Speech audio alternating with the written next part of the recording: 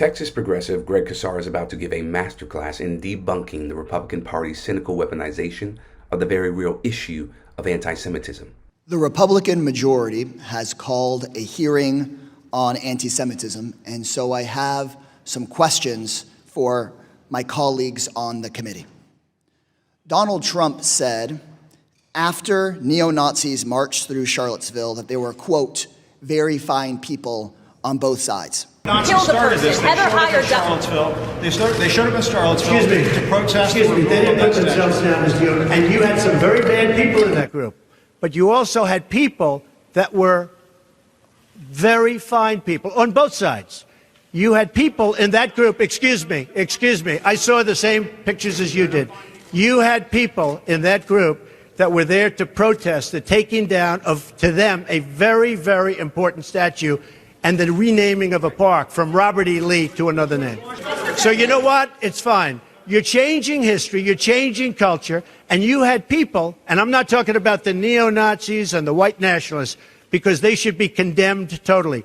But you had many people in that group other than neo-Nazis and white nationalists, okay? And the press has treated them absolutely unfairly. Now, in the other group also, you had some fine people, but you also had troublemakers, and you see them come with the black outfits and with the helmets and with the baseball bats.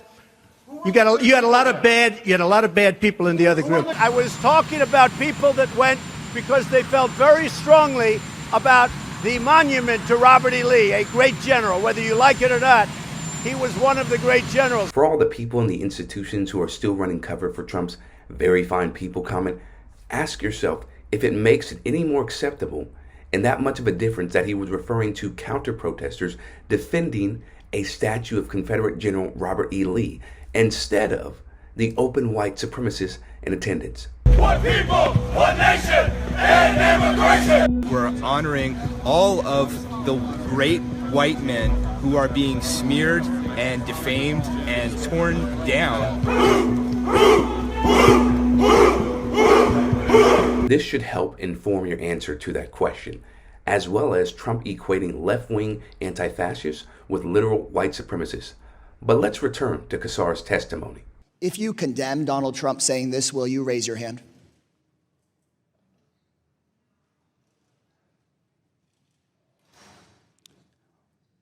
RFK, the head of Health and Human Services, spread an anti-Semitic conspiracy theory that COVID was engineered to target white and black people, but spare Jewish people. COVID-19, there's an argument that it is ethnically targeted. COVID-19 attacks certain races disproportionately. COVID-19 is targeted to attack Caucasians and black people. The people who are most immune are Ashkenazi Jews and Chinese. But we don't know whether it was deliberately targeted that or not. But there are papers out there that show the racial and ethnic differential impact to that. If you condemn the head of the U.S. Health and Human Services for spreading this anti-Semitic conspiracy theory, will you please raise your hand? Nobody. I'd suggest the hearing is to question the witnesses that are here who have spent time and energy to come here. I have a question for you, Mr. Chairman. So I think the questioning is Mr. Chairman, will you condemn? I am not on the witness stand. Mr. Chairman, this is my time, and I'm happy to ask you then.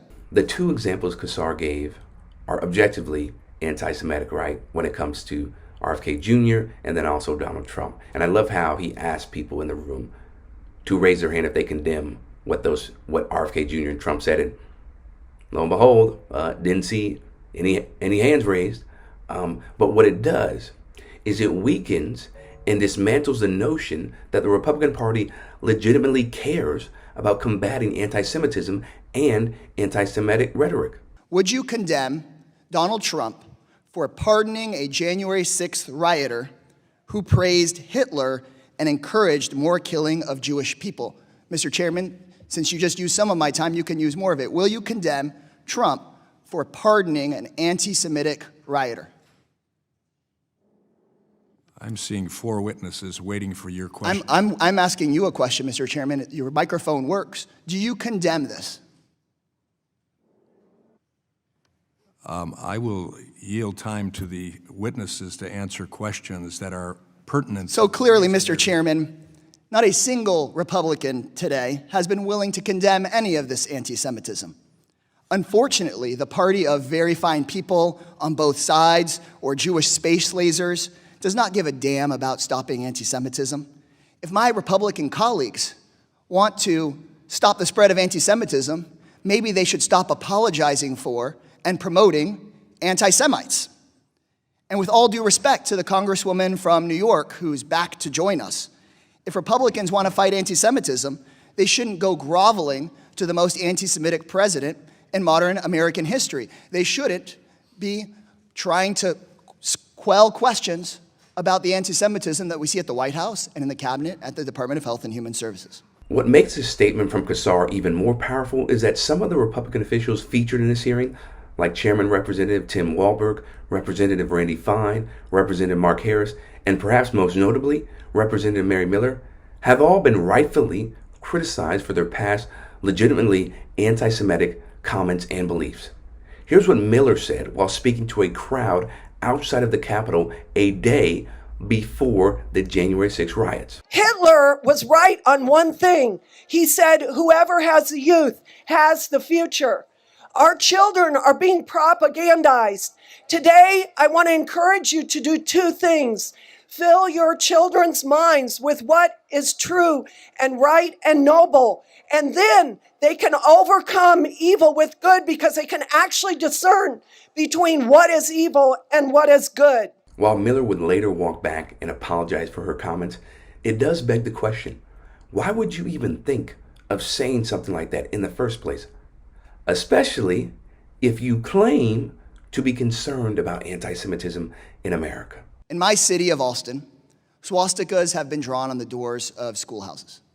Synagogues have been firebombed. Anti-Semitism is an assault on our community safety and on all of our values. And we could do something to combat anti-Semitism. In Congress, we could strengthen the Department of Education's Office of Civil Rights. But instead, Trump has cut it, and my Republican colleagues have done nothing about it. Congress could strengthen anti-hate crime programs to address anti-Semitic violence. Trump has cut those programs. Again, Republican members of Congress done nothing about it.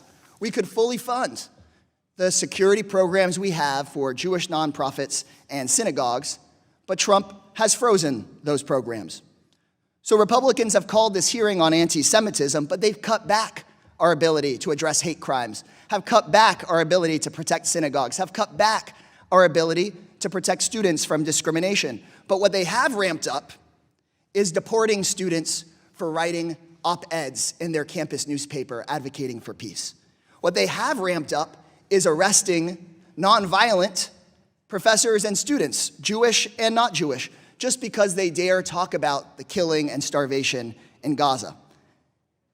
This hearing, called by the Republican majority, is all about Trump Republicans distorting the definition of anti-Semitism to silence anyone, including Jewish students, who speak out nonviolently against what the Israeli government is doing. The Republican plan is not about keeping Jewish students safe. It's about keeping the Israeli government safe from any form of criticism. That is a disservice to the truth.